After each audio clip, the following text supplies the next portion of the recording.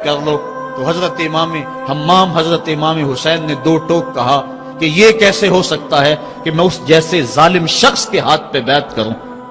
آپ یہ کہہ کہ فاسقن فاجرن قاتل النفس مولن بالفسق شارب الخمر، اور یزید فاسق ہے، فاجر ہے، مسلمانوں کا قاتل ہے اور شراب پیتا ہے، اس لیے حسین ڈنکے کی چوٹ پہ یزید کی بیعت سے انکار کرتا ہے. حضرت امام حمام امام حسین رضی اللہ تعالیٰ عنہ نے انکار بیعت کی وجہ بیان کر دی. آج یہ پراپیگنڈا کیا جاتا ہے کہ یہ دو شہزادوں کی جنگ تھی اور یہ اقتدار کے لیے سب کچھ ہوا. اگر یہ بات ہوتی تو ترمح بن عدی کہہ رہا ہے، حاتم طائی کا پوتا، جب آپ میدان کربلا کی طرف بڑھ رہے ہیں، حضور آپ میرے پہاڑوں میں آ جائیں اور 5000 کا لشکر آپ کی پشت پہ رکھ دوں گا اور آپ جدھر بڑھیں گے وہ جان نثاری کرتے ہوئے آپ کے پیچھے ہوں گے اور یزید کی حکومت کے ٹکڑے کر کے رکھ دیں.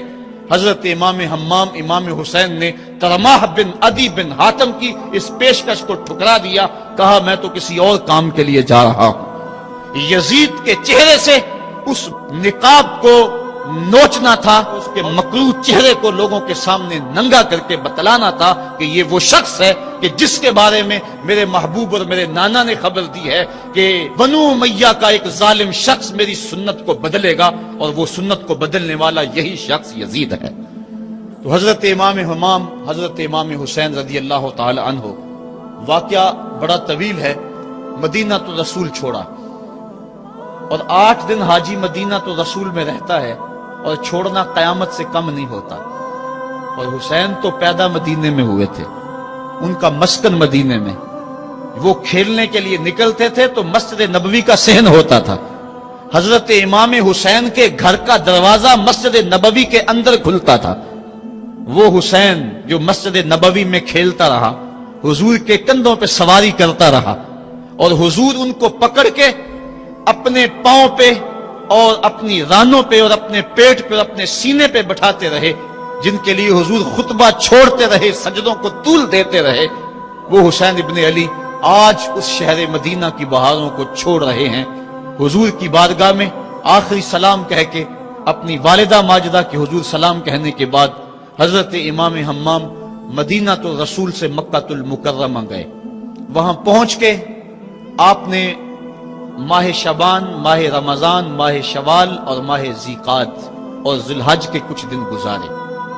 2 ذی الحج کو یا ایک روایت میں 7 یا 8 ذی الحج کو پھر شہر مکہ بھی چھوڑ دیا.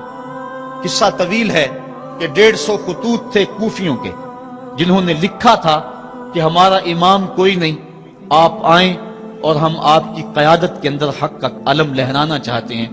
صحابہ نے ان کی بے وفائی اور بے مروتی کا تذکرہ کیا تو حضرت امام حمام نے فرمایا میں جانتا ہوں ان کے رویوں کو، لیکن اب انہوں نے چونکہ مجھے خط لکھے ہیں اور اگر میں نہ گیا تو وہ قیامت کے دن کہیں گے کہ مالک ہم نے تو تیرے رسول کے نواسے کو بلایا تھا، وہ ہماری مدد کے لیے نہیں پہنچا.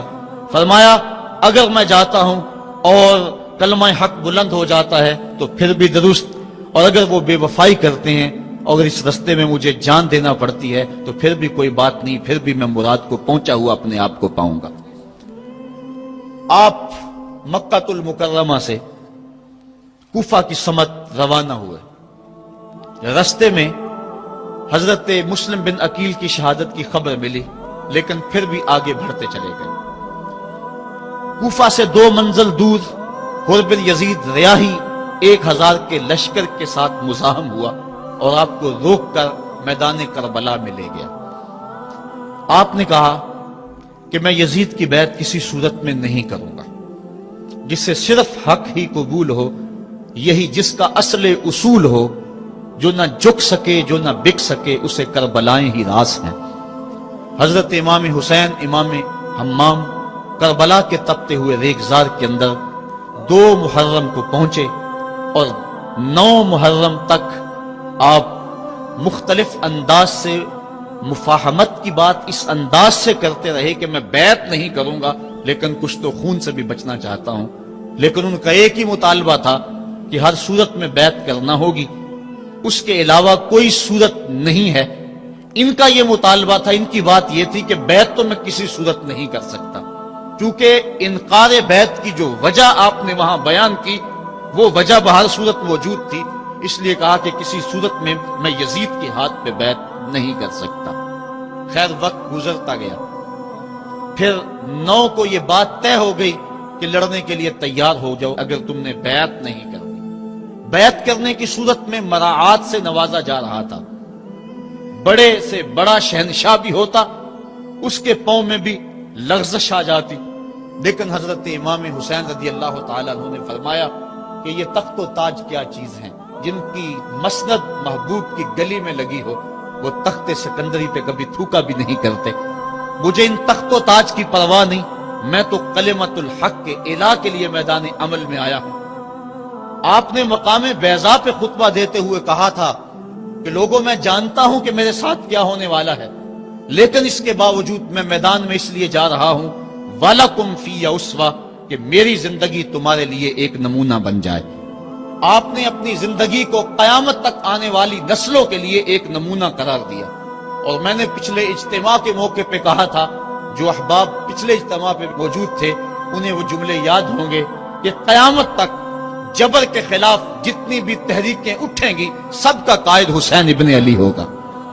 انسان کی عقل اور منطق اس کو یہ دلیلیں دیتی ہے کہ تم جبر کے خلاف اگر میدان میں آئے تو کٹ جاؤ گے، ٹکڑے کر دیے جائیں گے، جبر سے مفاہمت کر لو، لیکن عشق سکھاتا ہے مفاہمت نہ سکھا، جبر ناروا سے مجھے، میں سر بکف ہوں لڑا دے کسی بلا سے مجھے۔ تو عشق انسان کو لڑنے کا سلیقہ دیتا ہے، محبت باطل سے ٹکرانے کا درس دیتی ہے۔ کہا میں اس کے باوجود میدان عمل میں جا رہا ہوں اس لیے کہ میری زندگی تمہارے لیے نمونہ بن جائے، اور قیامت تک لوگ میری زندگی سے راہیں تلاش کرتے کرتے میری زندگی کو نمونہ بناتے بناتے جبر کے مقابلے میں کھڑے ہو جائیں اور سرخروئی اور کامیابی حاصل پائیں۔ تا قیامت قطع استبداد کرد، موج خون او چمن ایجاد کرد، اللہ اللہ بائے بسم اللہ پدر، مانائے ذبح عظیم آیت بسر، سرخ رو عشق غیور از خون او، شوخی این مصرع از مضمون او۔ عشق غیور کے چہرے پہ جو سرخی دوڑ رہی ہے یہ حسین ابن علی کے خون کا صدقہ ہے۔ ان کے خون نے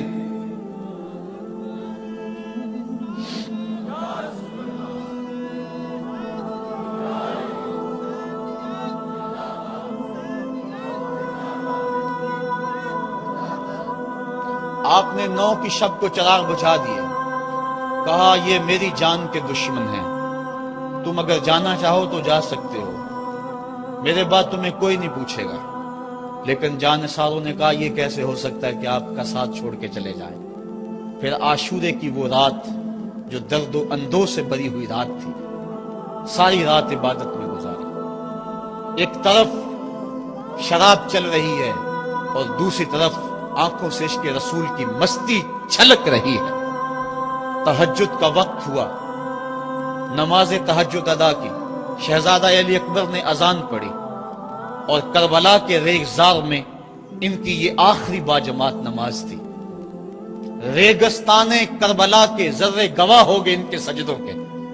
آج کائنات کا وہ انوکھا باب رقم ہونے والا تھا کہ صدیاں جس پہ ناز کریں گی۔